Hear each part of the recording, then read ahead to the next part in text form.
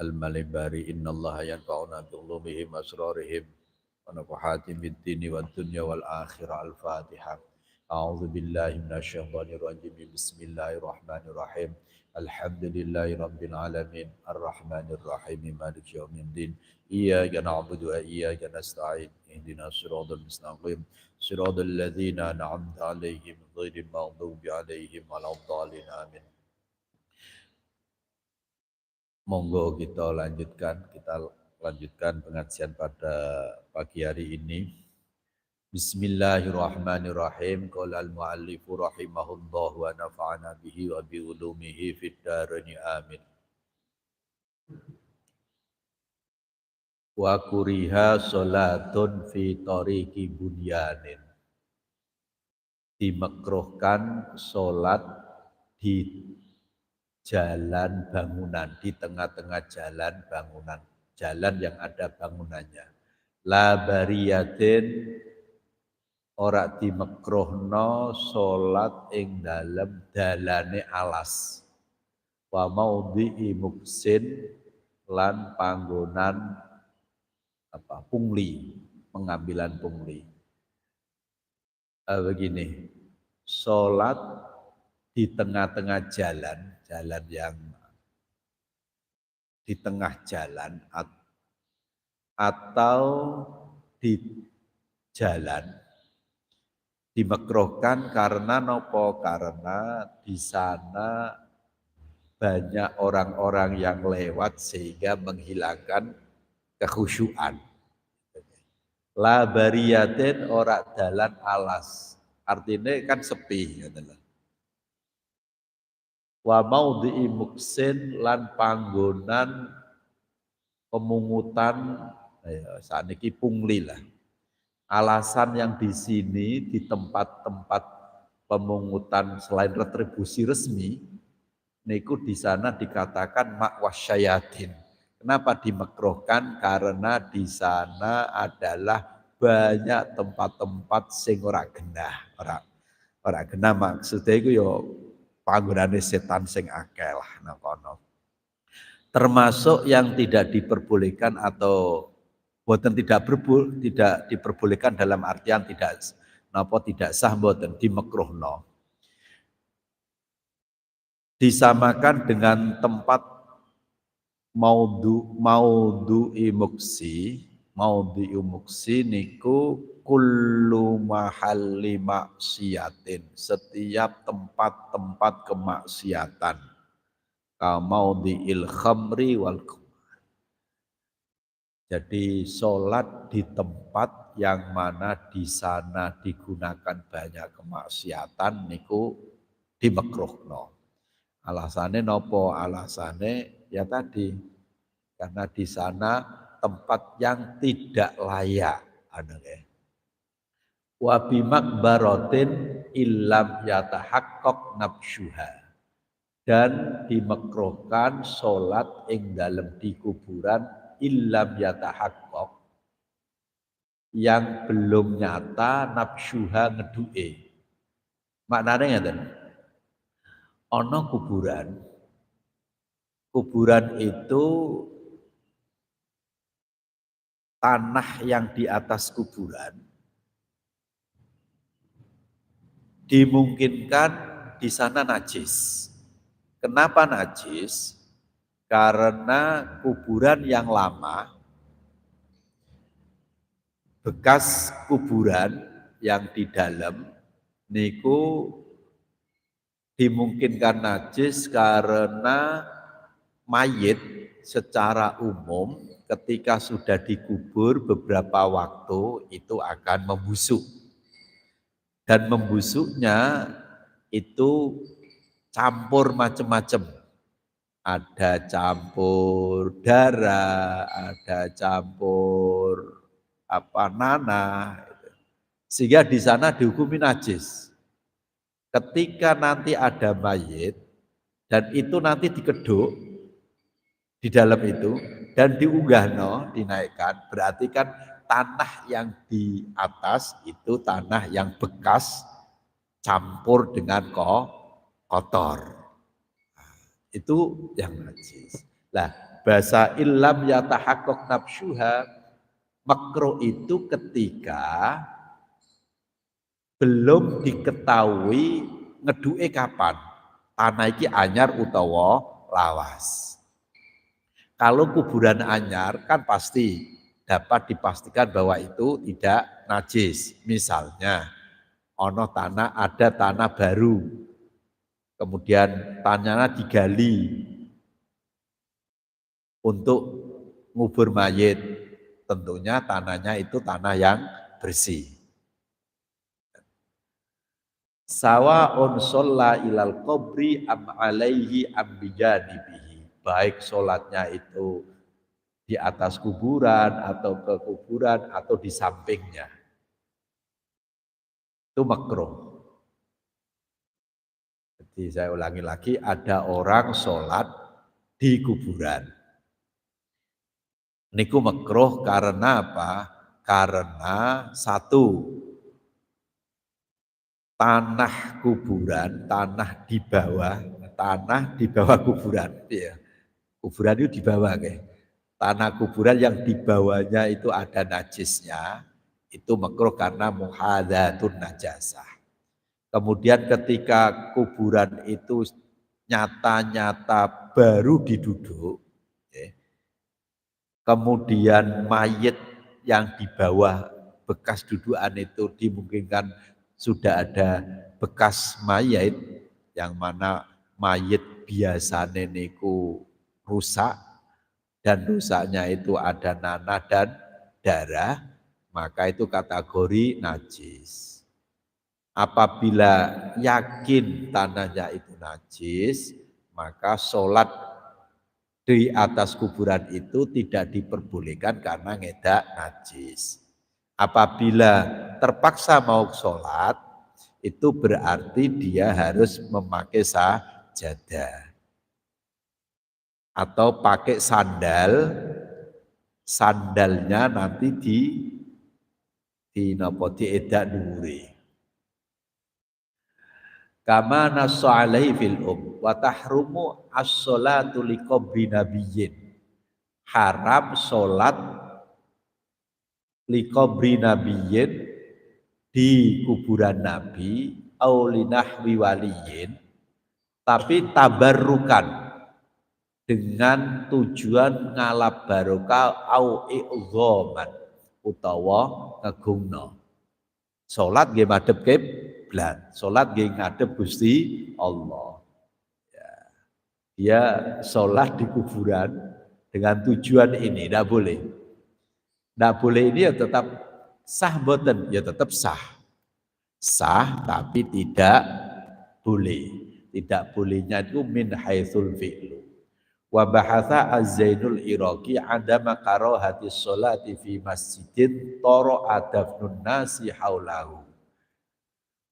Kemudian Syekh Zainuddin Al-Iraqi itu memandang bahwa tidak ada kemakruhan sholat di masjid yang ada kuburan atau di sana ditanam orang yang mati tapi anyar, kuburan isik nembe ana masjid riyen nembe wonten kuburan. Niku mboten makruh. Wa fi ardin maghsubatin, lan dimakruhno ing dalem dan diharamkan salat di bumi gasaban, bumi yang digosok. Wa tasihhu bila sawabin niki. Wa tasihhu lan sah apa salat bila sawabin, tetapi tidak mendapatkan pahala. Kama fi tsaubin maghsubin, sebagaimana salat memakai baju gasaban. Wa kadza in syakka fi ridha malikihi la indunnahu bi qarinatin. Ngaten. Salat itu harus dilakukan, tetapi harus memahami bahwa apa yang dipakai untuk sholat itu betul-betul tidak milik orang. Contoh misalnya wonten tiyang sholat wonten bumi atau tanah wong yang mana tanah dia sholat tidak taren, tidak minta izin, itu tidak boleh karena statusnya adalah ghosab. Begitu juga sholat memakai pakaian yang mana pakaian itu pakaiannya orang lain tanpa minta izin. Ngoten niku jenenge ghosab. Karena definisi ghosab kan apa? Menggunakan milik orang lain tanpa taren, tanpa minta izin. Tapi permasalahannya ketika barang-barang yang dipakai atau digunakan itu sekiranya pemiliknya ridho, boleh, ya bukan masalah. Tetapi kalau tidak boleh maka menjadi masalah. Wa kadza in syakka fi ridha malikihi. Begitu juga begini, iki wonge oleh ta ora ya? Kan masih Bang, oleh ta ora iki. Maka itu kategori belum ada izin. Kecuali la indunnahu biqorinatin. Kecuali memang yes mempre ya oleh lah. Wafil jaili laudokol waktu wa huwa bi ardin maghsubatin ahrama masyian. Sampai begini, ketika waktunya sudah mepet, sementara dia berada pada tempat yang digasap, tidak miliknya atau tidak tempat yang diperuntukkan untuk sholat. Maka apa yang harus dilakukan? Ahroma masyian. Dia harus takbiratul ihram sholat. Karena kalau ditunda, itu nanti keluar waktunya. Tapi kalau dilakukan, di situ sementara tempat yang digunakan belum ada izin. Maka ahroma masyian. Takbir karo melaku. Angel yang tadi angel. Takbir karo mlaku. Warajjahahu al-Ghaziyyu qala syekhuna ali. Walladzi yuttajahu annahu la yajuzu lahu salatu siddatil khaufi wa annahu la yalzamuhu ad-darku hatta yakhruja minha. Begini, jadi ada yang menyampaikan, yo jangan sholat di situ dulu, keluar dulu baru sholat. Jadi kalau melihat kados ngeten, niku sholat niku kita upayakan apa yang kita pakai. Niku betul-betul tidak ada urusan dengan orang lain. Maknane napa klambi sing dienggo niku klambi bener-bener klambine dhewe. Gak tee gosok. Kalau mau pinjam ya pinjam taren.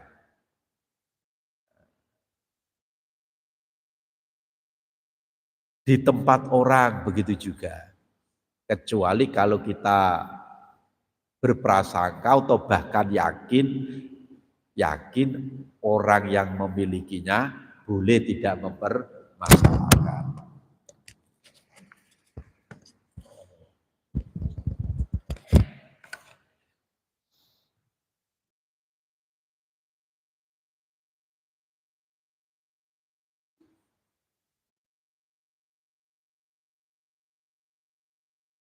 Nah ini terjemahnya begini. Dimakruhkan sholat di tengah jalan ramai, bukan jalan di hutan. Ini karena apa? Menghilangkan kekhusyuan. Sholat keramaian itu biasanya orang pati khusyuk, terganggu, maka makruh. Di tempat menarik pajak, ini bahasanya bukan pajak. Kalau al-buksu niku maknanya pengambilan yang tidak sesuai dengan penarikan atau pengambilan uang selain yang resmi atau selain yang dilegalkan. Kalau retribusi itu kan memang boleh, retribusi ini selain retribusi. Kalau pajak kan boleh. Ini yang tidak resmi. Pungli, malak-malak ngoten niku. Kemudian di pemakaman jika tidak jelas telah digali, baik sholat menghadap makam di atasnya atau di sampingnya, seperti yang dijelaskan dalam kitab Al-Um. Ini maksudnya adalah tadi saya sampaikan hubungannya dengan muhadatsun najasah. Haram sholat di pemakaman Nabi atau semacam wali untuk mencari barokah atau mengagungkan. Ini ada sholat litabaruk atau lil idzam ya benar oleh.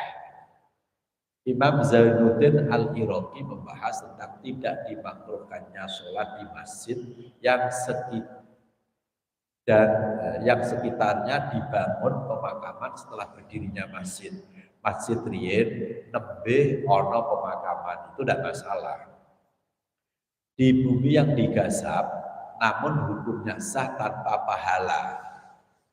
Tidak boleh sholat tadi ya, tetap sah tapi bukan untuk pahala. Jadi bahasa tidak mendapatkan pahala niki tidak menghilangkan kesahannya. Berarti ketika sholat itu sudah dilakukan maka sudah gugur kewajiban. Sementara materi yang ini selesai. Kita sewonten Pak ya.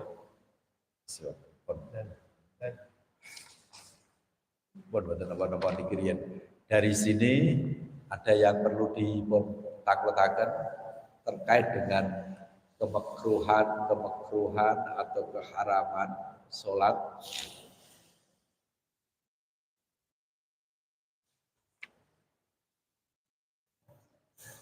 Kemudian saya tambahi lagi sambil jenengan monggo menawi wonten ingkang tanglet.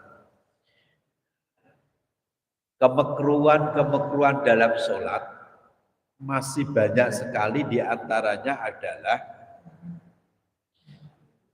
al-iq'a wa huwa ayyajlisa kal hilam.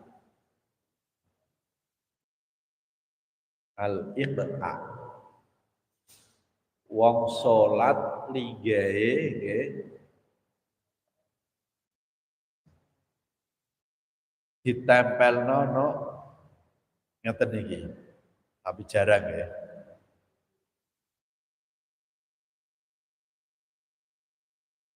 Wa wad'u yadayhi ala famihi bila hajatin. Salat dolanan napa nggih. Niki tangane ditutupno no lesan, tapi karena tanpa ada hajat. Menawi pas angop ya. Perso angop ya. Angop niku lesane mengo. Waya salat angop. Niku nggih sunat ditutupi. Nutupi ngagem memakai tangan kiri dibalik.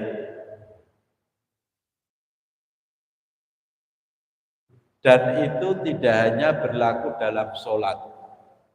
Dalam kita misalnya di luar sholat pun, wong angop niku nak saged boten. Angop niku nak kalau bisa ditahan. Jadi misalnya awake dhewe kepengin angop niku nak saged napa ditahan semampunya. Menawi boten saged ditahan, apabila tidak mungkin ditahan, maka monggo tidak apa-apa, mangke ditutupi. Nutupi dengan tangan mana? Dengan tangan kiri dan dibalik. Itu kalau memang sudah tidak bisa menahan angop. Di angop niku tandane wong kepengen ngantuk.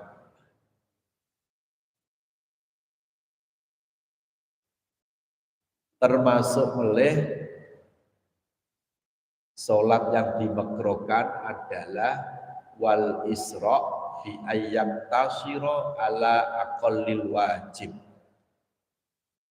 Orang sholat itu kan ada wajib, maksudnya yang dilakukan ada wajib, ada sunnah. Maknanya ada rukun, ada syarat, ada sunnah dan seterusnya. Dia sholat hanya mengambil yang wajib-wajib saja. Misalnya Allahu Akbar takbiratul ihram, kemudian ba'da ngoten hanya membaca Fatihah, bar Fatihah langsung ruku'e pun tidak lama karena hanya tumakninah tok, baru ono i'tidal, hanya tumakninah, kemudian sujud tumakninah, hanya itu saja. Tanpa melakukan hal-hal yang sunat, ngono iku makruh. Berarti apabila kita sholat, kalau bisa itu meskipun sunat dimen-menem, dilakoni sak mampunipun. Sebab apabila kita memperhatikan kesunahan, itu kita akan dijaga dari menjalankan yang wajib. Monggo saderengipun kita lanjutkan, mungkin wonten ingkang badhe taklet, monggo.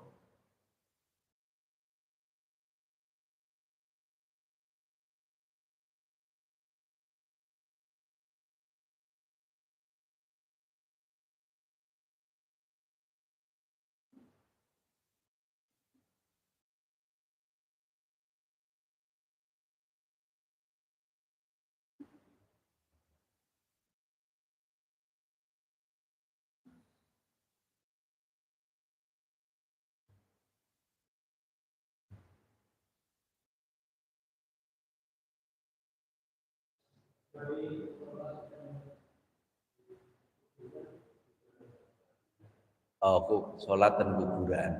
Dados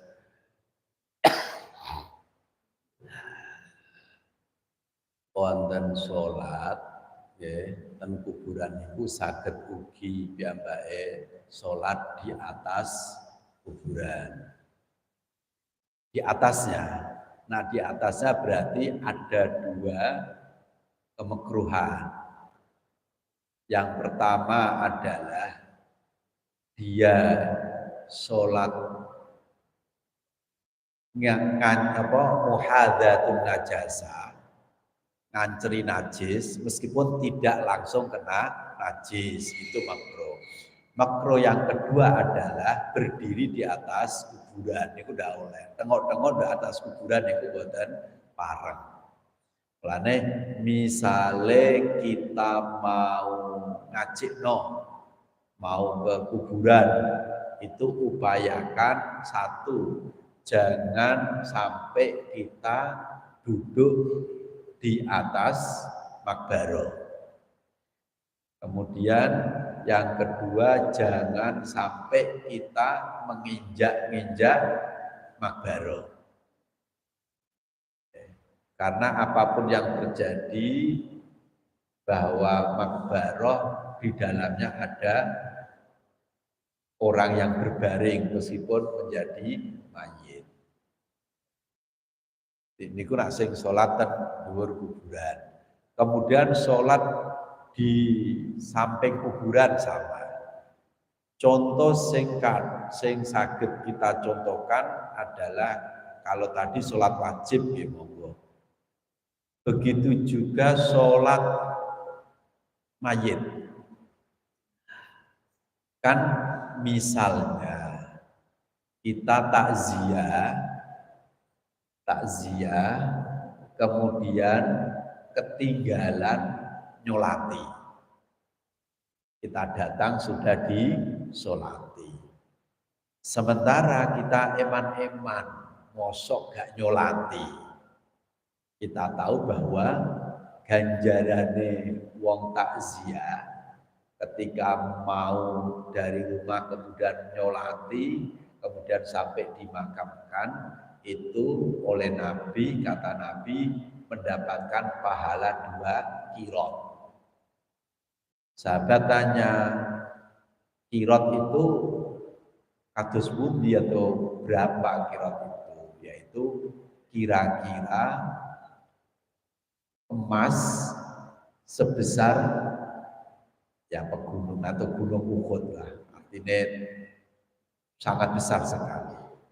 Lah kita pas takziah delalah mayit sudah dibawa ke kuburan, ketinggal nyolati. Bagaimana kita? Ya monggo, ketika mau nyolati boleh. Nyolati, mayitnya sudah dimakamkan. Berarti sholatnya apa? Ghaib apa sholat hadir? Ya sholat hadir. Sholat ghaib niku sholat yang mayitnya ada di luar daerah.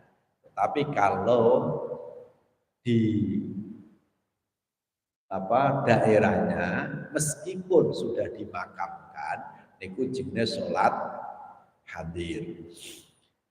Nah, sementara kita sholat yang kita tempati itu kan tanahnya masih baru diduduk, sementara mungkin kuburan itu kuburan umum yang lama.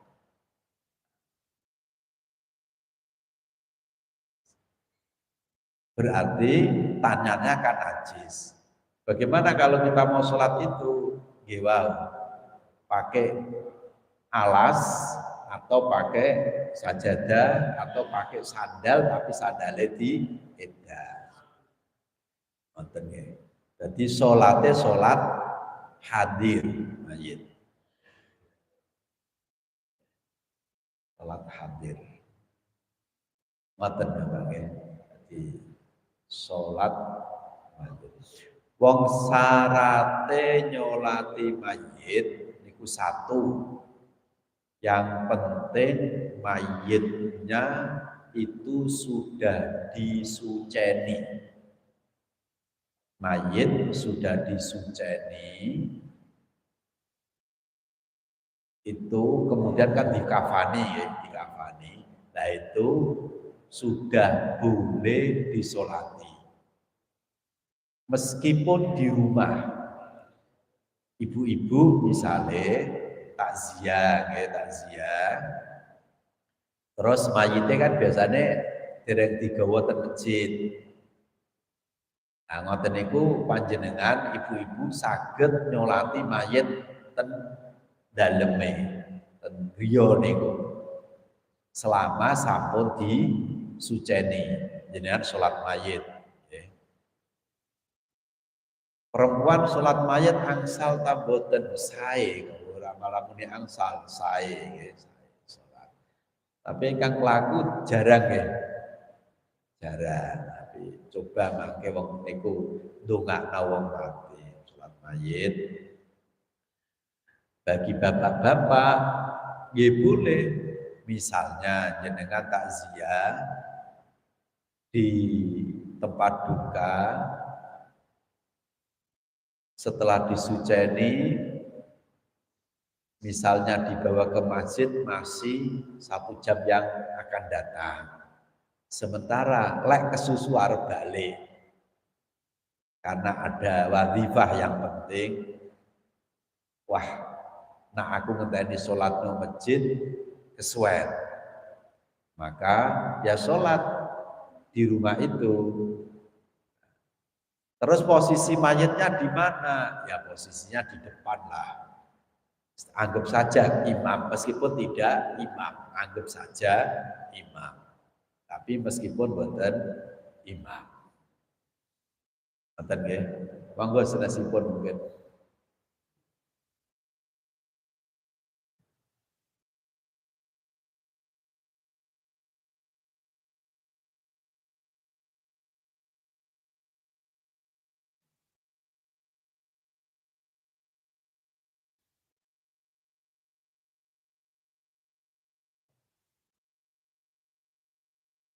Oke, kalau yang di layar itu kemarin sudah saya sampaikan ya, dimakruhkan sholatnya seseorang yang menahan hadas seperti kencing, berak, kentut. Itu apabila sebelum sholat. Menawi sampun sholat ya kita tahan sama brune, sing penting ora sampai apa banget.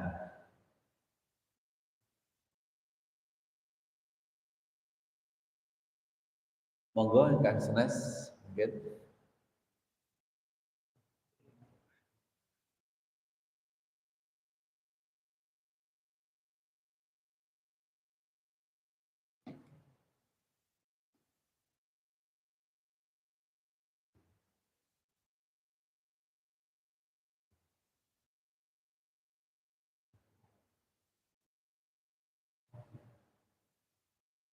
Mangke kula kirim anu Pak Cip. Mangke kula kirim sanesipun. Yang lain mungkin sampun sikap.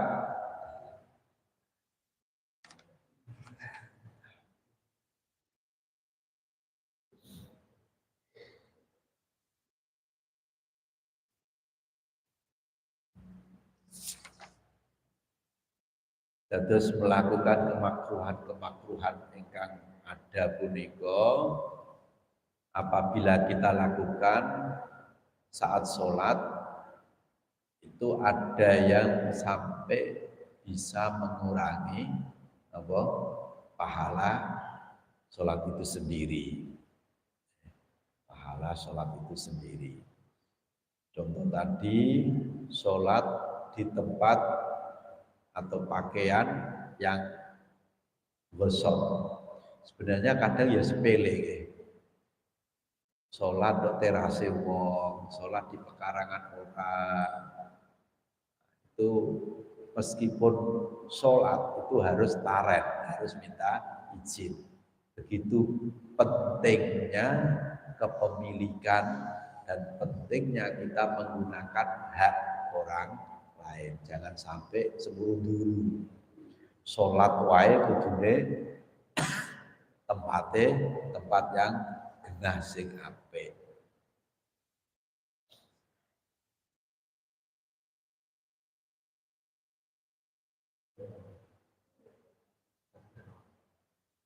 Lanjutnya fi abadis sholah, hal-hal yang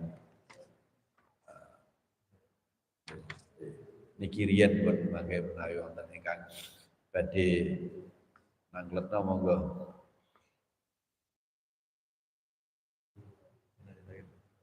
Amin.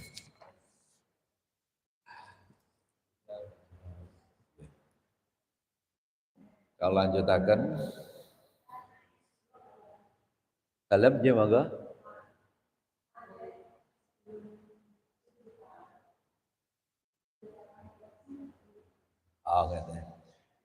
Mayit belum disucikan, dibacakan Yasin boleh tak boten? Angsal boleh, selama yang membacakan itu dalam kondisi yang ya nak wong wedok boten head lah. Wong wedok boten head. Kalau yang pas menstruasi di dalam hati membacanya. Yang perempuan yang membaca, kalau mayitnya itu kalau belum disucikan tidak apa-apa dibacakan, boleh. Yang tidak boleh itu disolati. Yang tidak boleh disolati, harus menunggu nanti disucikan. Kalau dibacakan Quran, dibacakan Yasin, dibacakan apa itu boleh. Selama yang membacakan tadi dia tidak hadas besar. Kalau hadas besar dia boleh, tetapi tidak boleh dilafalkan dalam hati. Misalnya pas moco ya moco. Kalau bacaan-bacaan yang lain boleh. Misalnya pas lagi menstruasi kita takziah, kemudian kalau membaca ayat Quran kita terkena aturan tidak boleh membaca ayat Quran. Kalau membaca yang lain, sholawat, tahlil, zikir, tahlil sama zikir sama atau membaca, pokoknya membaca yang bukan ayat Quran itu boleh. Makanya nak pas tok ayat Quran, makanya mandek di dalam hati. Sing repot ngerime. Misalnya kita takziah ada tahlil, ya monggo kita ikut boten nopo-nopo, tetapi harus bisa di saat membaca ayat Quran kita diam, dirim dalam hati. Membaca la ilaha illallah nggih boleh, membaca subhanallah nggih boleh, mendoakan boleh. Allahumma gfir lahu, ya Allah berilah kasih sayang padanya, waghfir lahu, ampunilah dia, maka itu boleh. Di kula wangsuli melih bahwa mayit yang belum disucikan atau dimandikan itu yang tidak boleh adalah disolati. Adapun dibacakan apa-apa itu boleh. Belum sakit ya, tetapi ya. J monggo.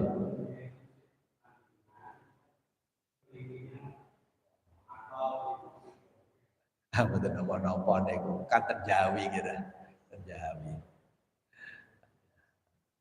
Terjawi masjid. Ya kan di masjid, dan itu sudah tidak menjadi bangunan kan, tidak menjadi bangunan kan terjawi. Kecuali kalau nanti pas jero ngoten niku gitu. Jadi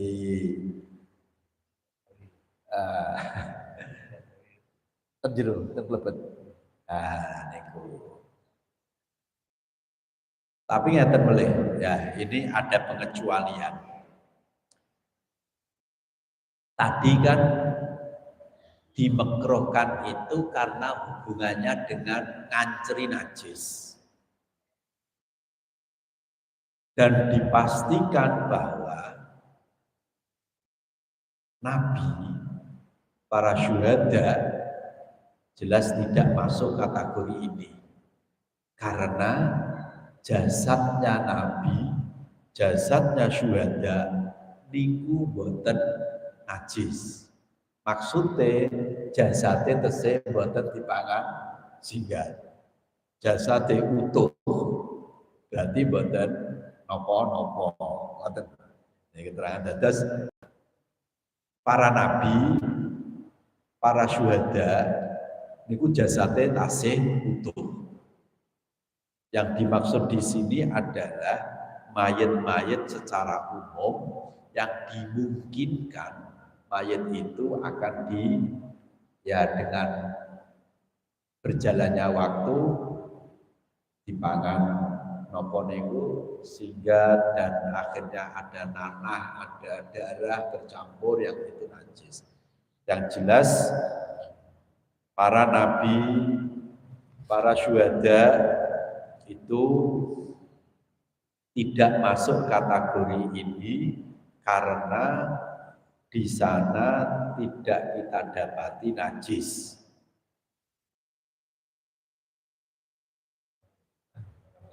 Makame Kanjeng Nabi benten iki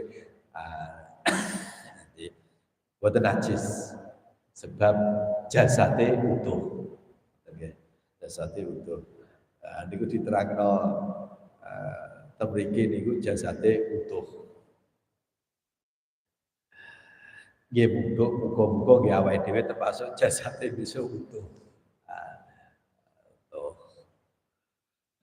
Muga mawon.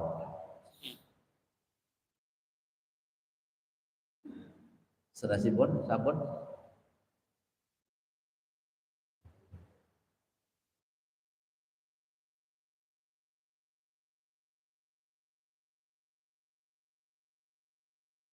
nak sampun nggih. Wonten melih.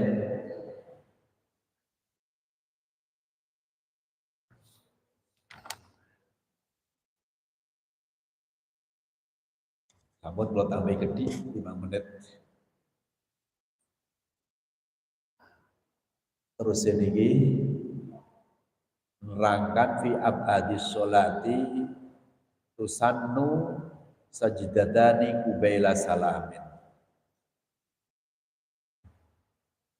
Menjelaskan bahwa sholat itu ada yang namanya sunat abad dan ada yang namanya sunat hayat. Di antara sunat abad adalah kunut subuh, kemudian kunut tanggal 16 Ramadan, kemudian tahiyat awal. Apabila ada orang tidak melakukan atau lali boten kunut utawa boten tahiyat awal, nanti dia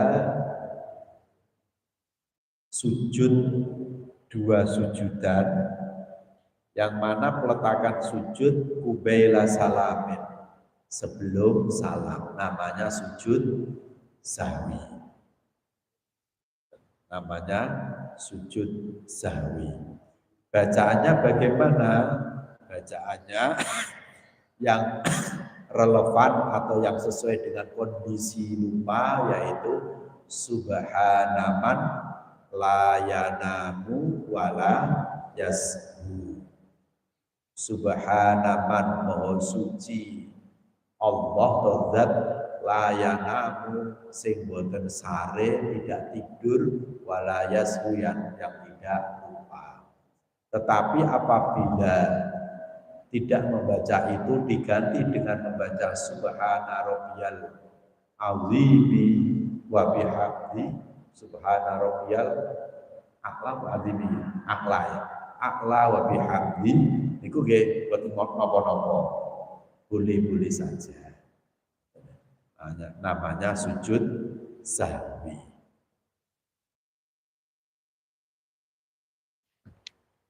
Nah, sujud sahwi niku napa? Di antaranya adalah tadi tahiyat awal, kunut, berikut membaca sholawat dalam kunut, membaca sholawat dalam tahiyat akhir, dalam tahiyat awal. Sholawat dalam tahiyat awal. Jenengan nak sholat tahiyat kan sampai asyhadu an la ilaha illallah wa asyhadu anna muhammadan rasulullah, niku jenenge sampai tahiyat at-tahiyatu sampai niku. Terus mangke wonten sholawat. Kalau di tahiyat awal, sholawat itu masih kategori sunat. Allahumma sholli ala sayyidina. Kalau di tahiyat akhir, sholawat itu wajib. Kalau di tahiyat akhir, sholawat itu wajib. Sempun jam sampaian dari materi yang kedua. Ini mungkin wonten ingkang tanglet tentang sujud, tentang sujud sahwi wau. Kalau tidak, nanti kita lanjutkan pertemuan berikutnya. Wonten. Nggih monggo.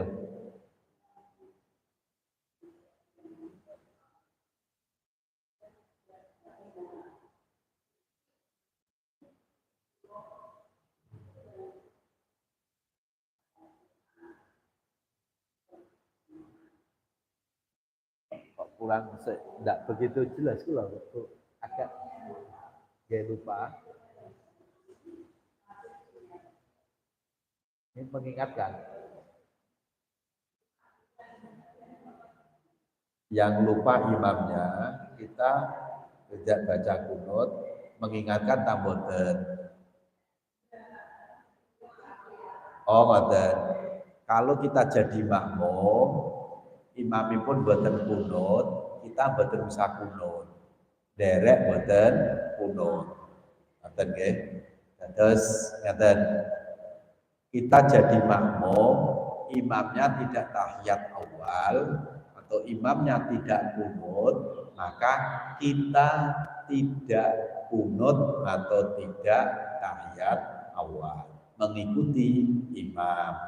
Lah mangke misalnya nanti mau tahiyat mau salam, misalnya imamnya tidak sujud sahwi, kita sebagai makmum disunatkan sujud sahwi. Disunatkan itu artinya dilakukan yang baik, tidak mboten nopo.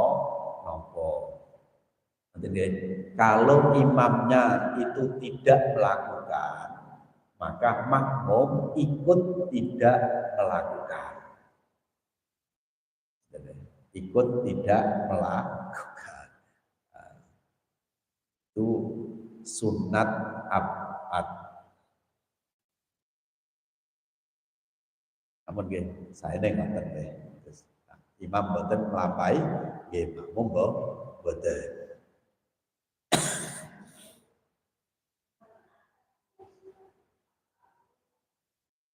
Oh, sunat abad sama muakkad. Ngaten. Ten sunat niku ana status sunat biasa karo sunat muakkad. Niku beda banget. Nak sunat biasa niku sunat biasa ditinggal nang apa. Sing muakkad itu kalau bisa jangan sampai ditinggalkan karena sangat dibutuhkan. Itu muakkad. Contohnya sholat sunat ba'diyah maghrib niku muakkad. Sholat qobliyah subuh niku muakkad. Sholat qobliyah maghrib niku sunat tapi ghairu muakkad, tidak dikukuhkan, dilakoni semua bocor gampangane ketika gak ngapon.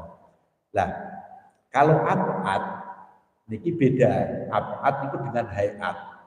Artinya hayat niku kesunatan yang apabila ditinggalkan, ini khusus dalam sholat, itu tidak usah ditambeli sujud sahwi. Karena biasa, contoh misalnya, kita sholat setelah baca Fatihah, terus rukuk pada rakaat pertama dan kedua. Padahal ada kesunahan yang namanya baca surat. Nah, baca surat dalam rakaat pertama dan kedua, niki statusnya sunat, tapi sunat hayat. Sama halnya dengan kita sujud tidak baca tasbih. Niku berarti baca tasbih sunat hayat. Ketinggal ya wis ber. Beda dengan yang kedua adalah sunat abad, yaitu ketika ditinggalkan baik sengaja maupun lupa, itu kalau bisa ditambeli sujud sahwi. Begitu pentingnya, gitu loh, begitu pentingnya. Di antaranya adalah tadi kunut subuh, kunut tanggal 16 Ramadan, terus tahiyat awal. Kata dia, itu jenis abad kali tak gandengane abad dengan hayat. Itu dalam sholat. Kalau status sunat muakkad dengan ghairu muakkad itu status sholat sunat qobliyah subuh itu sunat muakkad, maknane nak iso aja ditinggal. Ampun nggih ngaten sih. Ketika ngaten mugi-mugi wonten manfaatipun. Kalam assalamualaikum warahmatullahi wabarakatuh.